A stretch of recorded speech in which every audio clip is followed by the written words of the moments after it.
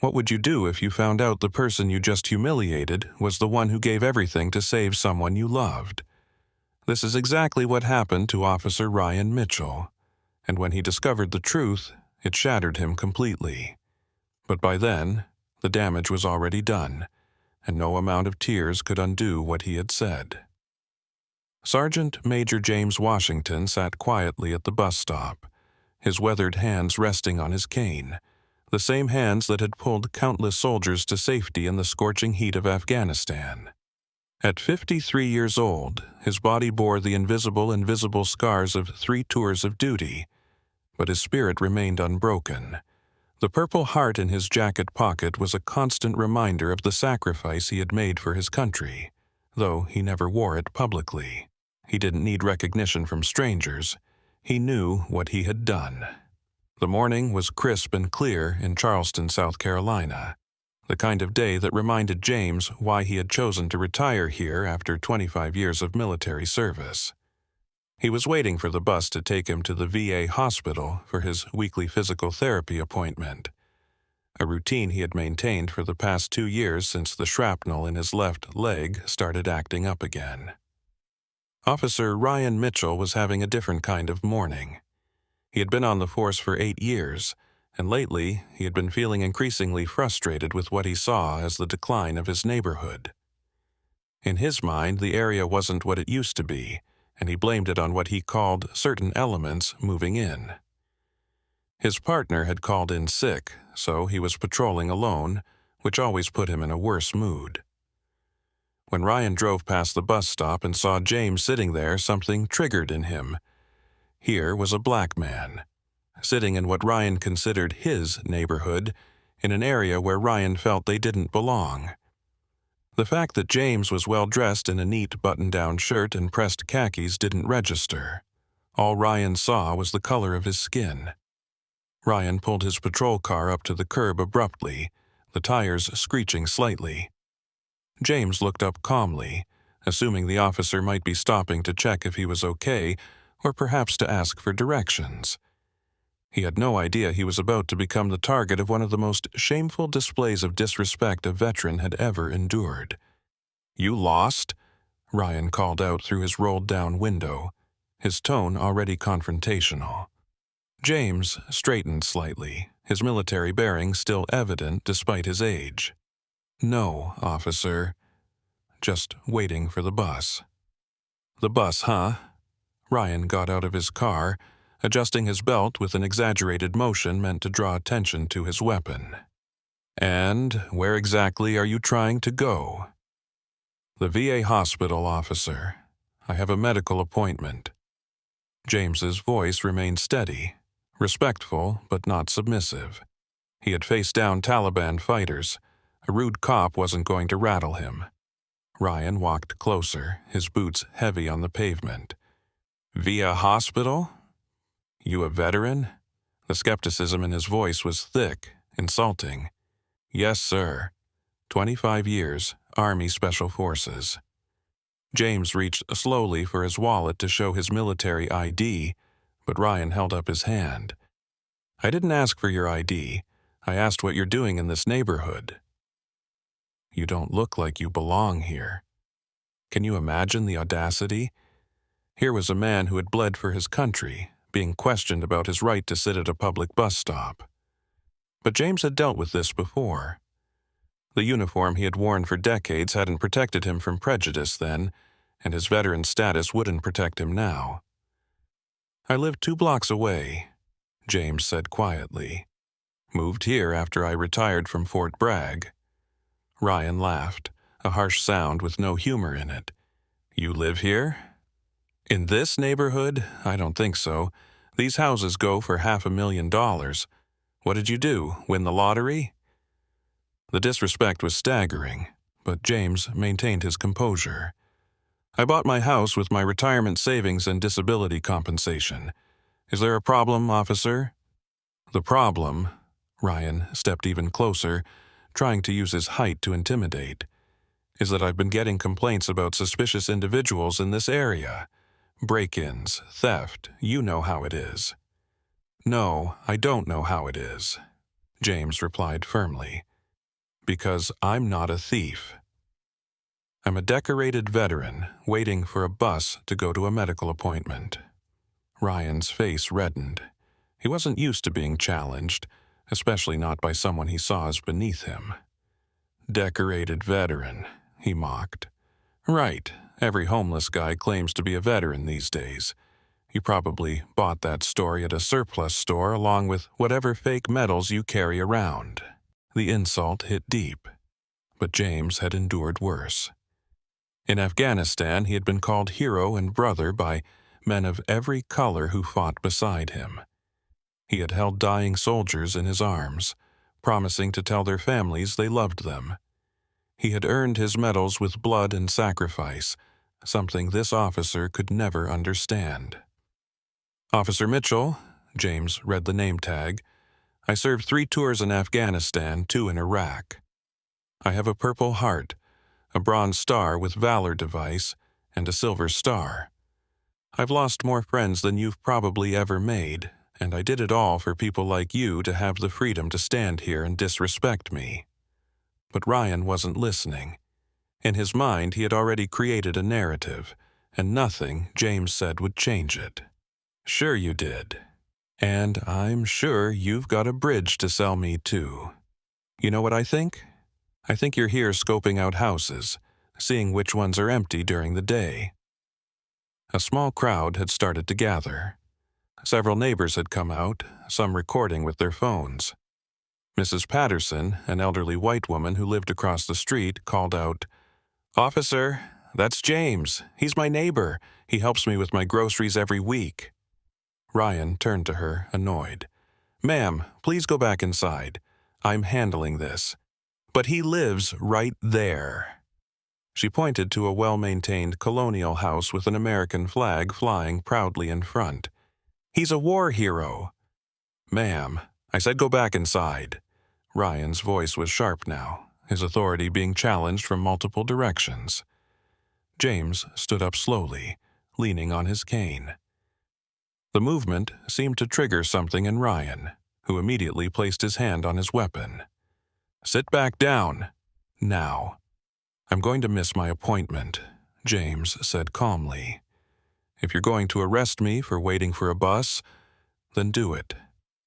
Otherwise, I'd like to go to the hospital." Ryan's radio crackled to life.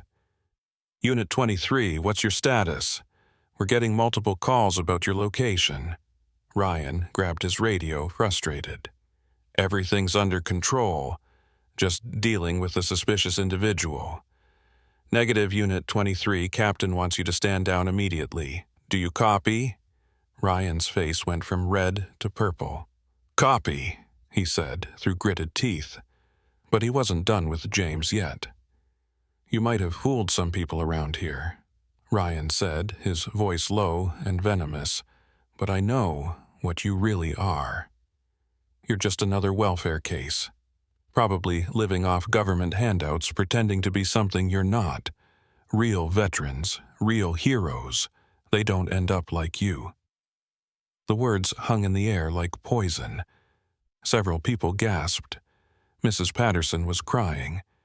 But James stood tall, his dignity intact despite the assault on his character. "Officer Mitchell," James said, his voice carrying the authority of a man who had commanded soldiers in battle. "What's your brother's name?" The question came out of nowhere, catching Ryan completely off guard. "What? What does my brother have to do with anything?"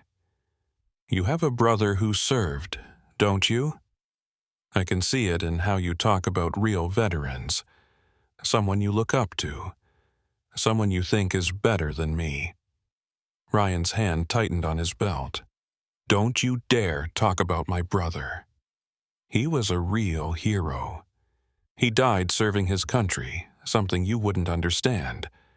James nodded slowly. "What was his name?" "None of your business." "Was it Tommy?" "Tommy Mitchell."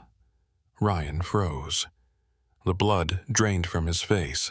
How do you know that name?" James reached into his jacket pocket slowly, deliberately, and pulled out a worn photograph. His hands trembled slightly, not from fear but from the weight of memory. Because I was there when he died, and I was the one who carried him to the medevac. The world seemed to stop. Ryan stared at the photograph, his mouth open but no words coming out. In the picture, a younger James in full combat gear was carrying a wounded soldier on his shoulders, running across open ground while explosions erupted in the background. The wounded soldier's name tape was clearly visible. Mitchell. "No," Ryan whispered. "No, that can't be." "October 15th, 2009, James said quietly. "Forward Operating Base Chapman. Taliban ambush. Your brother's unit was pinned down. I led a team in to extract them. Tommy was hit by an IED, lost both legs below the knee. I carried him 200 yards under fire to the helicopter." Ryan's legs gave out. He fell to his knees on the sidewalk, the photograph clutched in his trembling hands. You're Ghost. Ghost. The nickname hung in the air like a revelation. That's what Tommy Mitchell had called the soldier who saved his life, the mysterious Special Forces operator who appeared out of nowhere during the worst day of his life. For years, Ryan had heard the story, had built up this mythical figure in his mind, never imagining he would one day meet him, and certainly never imagining it would be like this. James nodded slowly. "Your brother called me that because I always seemed to appear when things got bad. October 15th was the worst day of many bad days. But Tommy was brave. Even after the explosion, even with his injuries, he was trying to help his squad mates." The crowd around them had grown larger. Someone was live streaming the entire encounter. The caption read, "Cop discovers the black man he was harassing saved his brother's life in Afghanistan." Within minutes, it would have thousands of views. Within hours, millions. Ryan was still on his knees, tears streaming down his face. "Tommy talked about you until the day he died. He said you stayed with him in the helicopter, holding his hand, telling him about your family to keep him conscious. He said you prayed with him." "I did," James confirmed. He was scared. Any man would be, but he was also brave. He kept asking about his men, wanting to know if everyone else made it out. That's the mark of a real soldier. "He said you visited him." Ryan's voice was breaking now. "At Walter Reed. He said a black Special Forces soldier came to see him multiple times, but he never knew your real name. Just Ghost." James shifted his weight on his cane, his leg paining him from standing too long. "I visited all the men I pulled out that day. It was my duty. Your brother was special, though. He had a fight in him, a determination to live. He talked about you all the time." Ryan looked up, his eyes red and swollen. "He did?" "Every day. Said you were his hero, that you wanted to be a cop to protect people like he protected the country. He was so proud of you, said you were going to be different, that you were going to make a difference." James paused, looking at the man kneeling before him. "I wonder what Tommy would think if he could see you now." The words hit Ryan like a physical blow. He doubled over as if punched in the stomach, the full weight of his actions crashing down on him. Here was the man who had saved his brother's life, who had risked everything to bring Tommy home, and Ryan had treated him like a criminal, like he was worthless. "I'm sorry," Ryan sobbed. "Oh God, I'm so sorry." But you see, here's the thing about words. Once they're spoken, they can't be taken back. The damage was done. The video was already spreading across the internet. The witnesses had heard every insult, every degrading comment. And James, despite his dignity and composure, had been forced to prove his worth to a man who should have respected him from the start. Captain Derek Morgan arrived on the scene. having driven there personally after receiving multiple calls about the situation.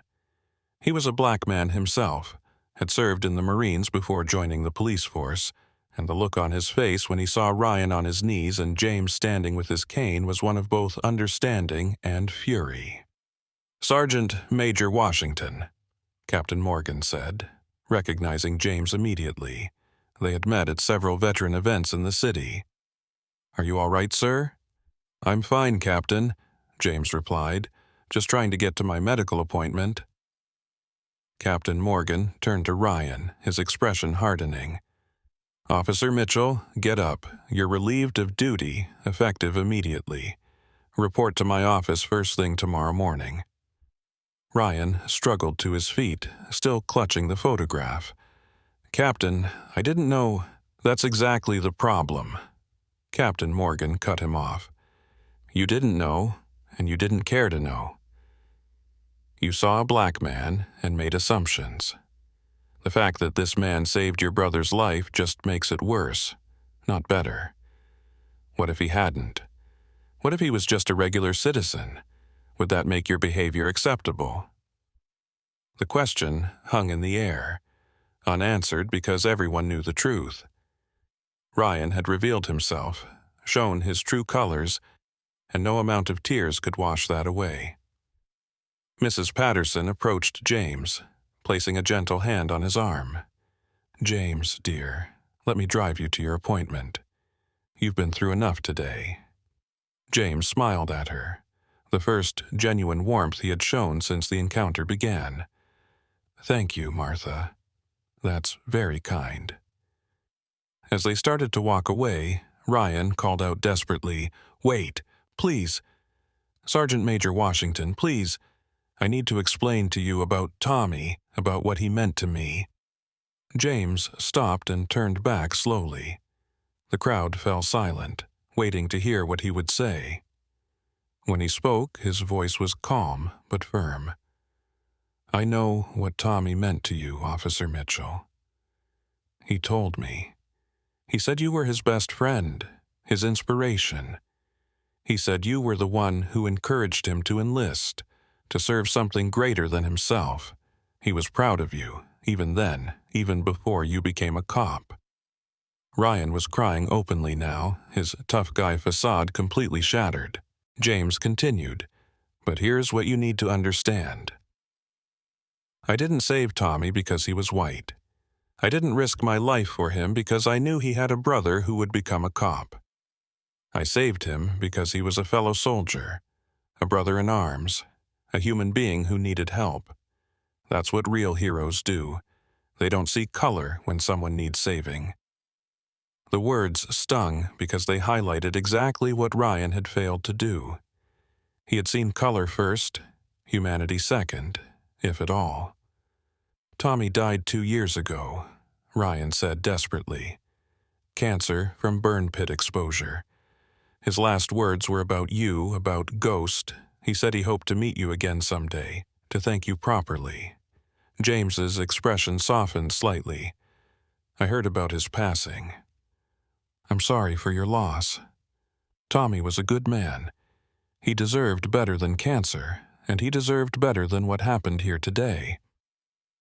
A young black teenager in the crowd had been recording everything. He called out, "This is going viral, Mr. Washington. Everyone's going to know what this cop did." James looked at the young man. "Good. Maybe it'll teach a lesson. But son, remember something. Hatred breeds hatred. Officer Mitchell here needs to learn from this, not be destroyed by it, though that's not my call to make anymore." Captain Morgan stepped forward. "Sergeant Major, the department will be conducting a full investigation. Would you be willing to provide a statement?" "I'll provide a statement," James said, "but not for revenge. For change. This isn't just about one officer. It's about a system that allows this to happen, that encourages officers to see threats where there are none, enemies where there are neighbors." Ryan found his voice again, weak as it was. "I'll resign. I'll quit the force. I don't deserve to wear this badge. That's not for you to decide right now, Captain Morgan said firmly. There will be a full investigation, a hearing. The community will have their say. As James finally got into Mrs. Patterson's car, she asked him gently, "How do you stay so calm, dear? After everything you've been through, how do you not just explode with anger?" James looked out the window at Ryan, who was still standing on the sidewalk, looking lost and broken. "Because I've seen real enemies, Martha. I've faced people who actually wanted to kill me and my brothers. That young man isn't my enemy. He's a product of a system that taught him to fear and suspect people who look like me. The real enemy is the ignorance and hatred that poisoned his mind." As they drove away, the crowd began to disperse, but the impact of what had happened was just beginning. The video was spreading like wildfire across social media. Number sign, "Ghost saves racist cop's brother" was trending within an hour. News stations were picking up the story. Ryan Mitchell's face was becoming the face of police prejudice, while James Washington was being hailed as a hero, not just for his military service, but for his dignity in the face of such disrespect. Back at the bus stop, Ryan stood alone, the photograph still in his hand. Captain Morgan had left, ordering him to go home and wait for further instructions. But Ryan couldn't move. He kept staring at the picture, at the younger version of James carrying his brother to safety, risking his life for someone he didn't even know. His phone buzzed incessantly. His wife calling, his mother, other officers. He didn't answer any of them. What could he say? How could he explain that he had just humiliated and insulted the man who had saved his brother's life? How could he tell his mother that he had become exactly the kind of person Tommy would have been ashamed of? The weight of his actions was crushing him, but it was nothing compared to what James had carried, literally and figuratively. James had carried wounded soldiers through firefights, had carried the memories of those he couldn't save, had carried the burden of service and sacrifice. And today, he had carried himself with a dignity that Ryan knew he could never match. 24 hours. That's all it took for Ryan Mitchell's life to completely unravel. The video had been viewed over 10 million times. National news outlets were camped outside his house. His name was trending worldwide, not as a hero, but as the face of everything wrong with modern policing. But the worst part? The messages from veterans, from his brother's old unit, from people who knew what James "Ghost" Washington had really done in Afghanistan. Ryan sat in his living room, surrounded by Tommy's memorabilia. His folded flag, his medals, his photographs from Afghanistan. His wife, Sarah, had taken their kids to her mother's house. She couldn't look at him. Couldn't reconcile the man she married with the man in that video. His phone rang. It was his mother. He had been avoiding her calls, but he knew he couldn't run forever. "Ryan." Her voice was broken, disappointed in a way that cut deeper than any anger could have. "I saw the video. That man, that's the ghost Tommy talked about?" "Yes, Mom. The man who saved my son's life, who carried him to safety, who visited him in the hospital, and you treated him like a criminal. I didn't know. That's not an excuse." His mother's voice cracked. Tommy would be disgusted. He loved Ghost. He said Ghost treated every soldier the same, didn't matter if they were white, black, Hispanic, whatever. He said Ghost was the best of what America could be. Ryan had no response. She was right, and they both knew it. "Your father and I raised you better than this," she continued. "Where did this hatred come from? When did you become someone who judges people by their skin color instead of their character?" The truth was, Ryan didn't know. It had been gradual, so slow he hadn't noticed. Comments from other officers, stereotypes reinforced day after day, a slow poisoning of his perspective until he couldn't see past his prejudices. Meanwhile, James Washington was sitting in a conference room at the VA hospital, surrounded by reporters. He had agreed to one press conference, hoping to control the narrative and turn this incident into something constructive. "Sergeant Major Washington," one reporter asked, "how do you feel about Officer Mitchell now that everything has come to light?" James was quiet for a moment, choosing his words carefully. "I feel sorry for him. Not because of what's happening to him now, but because of what led him to that moment. Somewhere along the way, he lost sight of what his brother fought for, what we all fought for, the idea that all people are created equal and deserve dignity and respect." "Do you think he should lose his job?" another reporter asked. "That's not for me to decide. But I think he should lose his ignorance, his prejudice, his hatred. If he can do that, maybe he can become the officer his brother believed he could be. Will you press charges?" James shook his head. "No. But I will push for change. I want mandatory bias training for all officers. I want community oversight. I want accountability. One man losing his job doesn't fix the system that created him." The next day, the police department held a community meeting. The auditorium was packed, standing room only. Ryan was required to attend, to sit in the front row and face the community he had sworn to protect and serve. One by one, people stood up to speak. Black residents shared their own stories of harassment and profiling. Veterans spoke about their service and the disrespect they had faced at home. Mrs. Patterson, James's neighbor, tearfully described watching a war hero being humiliated at a bus stop. Then James entered the room. The crowd fell silent. He walked slowly, his cane clicking on the floor, until he stood at the podium. Ryan couldn't meet his eyes. "I want to tell you all about Tommy Mitchell," James began, and Ryan's head shot up. "Not because his brother deserves to hear it, but because you deserve to know the kind of man Tommy was." James spoke for 20 minutes about Tommy's bravery, his sacrifice, his love for his fellow soldiers regardless of their race or background. He talked about the day Tommy was injured, how even with his legs gone he was trying to apply tourniquets to other wounded soldiers. He talked about Tommy's recovery, his determination, his refusal to let bitterness consume him. "Tommy Mitchell was everything good about America," James said. "He saw people for who they were, not what they looked like. It breaks my heart that his brother, the person he loved most in this world, forgot that lesson." Ryan was sobbing now, not quietly but openly, his shoulders shaking. The entire auditorium was watching him fall apart, but he didn't care anymore. His shame was complete. James continued, "But I want to tell you something else.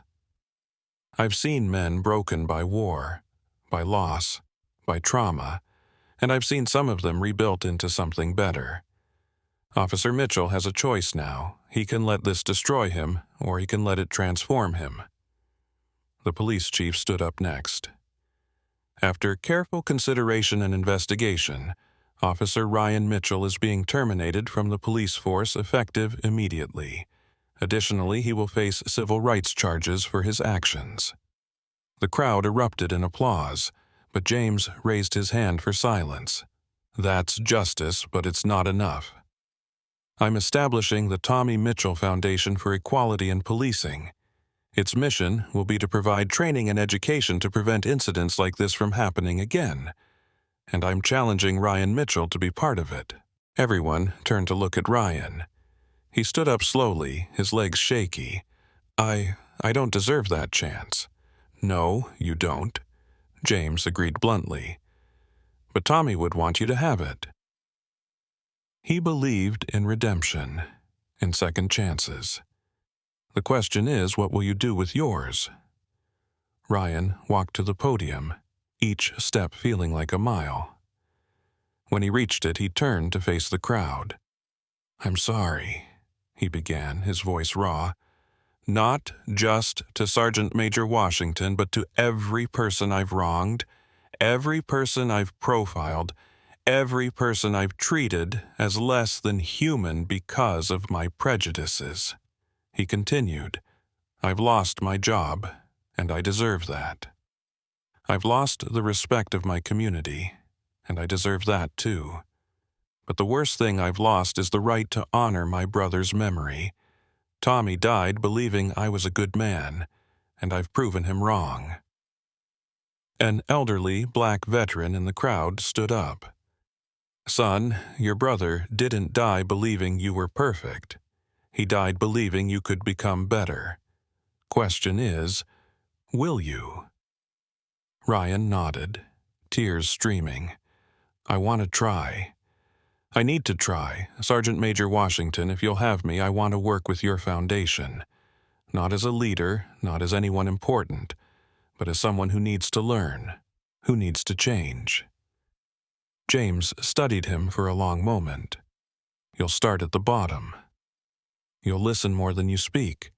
You'll confront your biases every single day, and you'll tell your story no matter how much it hurts to help other officers avoid your mistakes. Can you do that? Yes, sir. And so began Ryan Mitchell's real education. He spent months attending community meetings, listening to stories of discrimination and profiling. He underwent intensive therapy to understand the roots of his prejudice.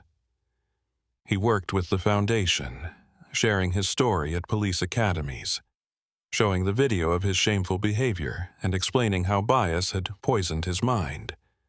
James supervised his progress, never letting him forget, but also never denying him the chance to improve. It was what Tommy would have wanted, not revenge, but redemption, not destruction, but transformation. 6 months later, at the Foundation's first major fundraising event, Ryan stood before a crowd of hundreds. My name is Ryan Mitchell, he said, and I'm the racist cop from that viral video. I'm the one who humiliated an American hero because I couldn't see past the color of his skin. I'm here to tell you how I became that person, and more importantly, how I'm trying to become someone better. James watched from the back of the room. The road to redemption was long, and Ryan had barely started walking it. But he was walking, and that was something. After the event, Ryan approached James. Sergeant Major, I've been wanting to ask you something. Go ahead. The day Tommy died, I wasn't there. I was working, pulled a double shift for the overtime. I chose money over being with my brother in his final moments. I've regretted it every day since. Did he say anything about me? James put a hand on Ryan's shoulder. He said he understood. He said cops have to make sacrifices too. And he said he hoped you'd always remember what really matters. Not the job, not the badge, but the people you're supposed to protect. Ryan nodded, unable to speak through his tears. You forgot that for a while, James said. But you're remembering now. Tommy would be proud of that, even if he'd be disappointed in how you had to learn it. As Ryan walked away, James thought about the long road ahead. One man's transformation didn't fix systemic racism. One viral video didn't end police brutality. But it was a start. Every journey began with a single step, and sometimes that step came from the most unexpected places. The video of their confrontation would live on the internet forever, a permanent reminder of what prejudice looked like.